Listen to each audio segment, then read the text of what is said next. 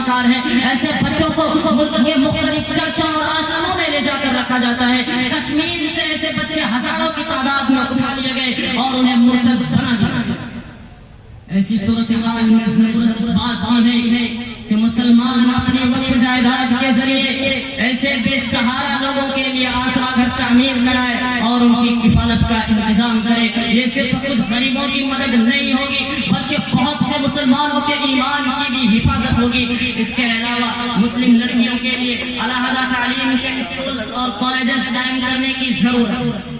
اس وقت یہ دو مسئلے ایسے ہیں جو مسلمانوں کو معاشرتی اور معاشی زندگی کی قوت و توانائی عطا کرے گی اور مسلمانوں کو شریعت پر باقی رکھنے اور ان کے ایمان کی حفاظت کے لیے یہ دونوں مسئلے نہایت ہی ضروری ہے. نہیں اقبال نا امید اپنی کشت ویراں سے ذرا نم ہو تو یہ مٹی بڑی زرخیز ہے ساتھی.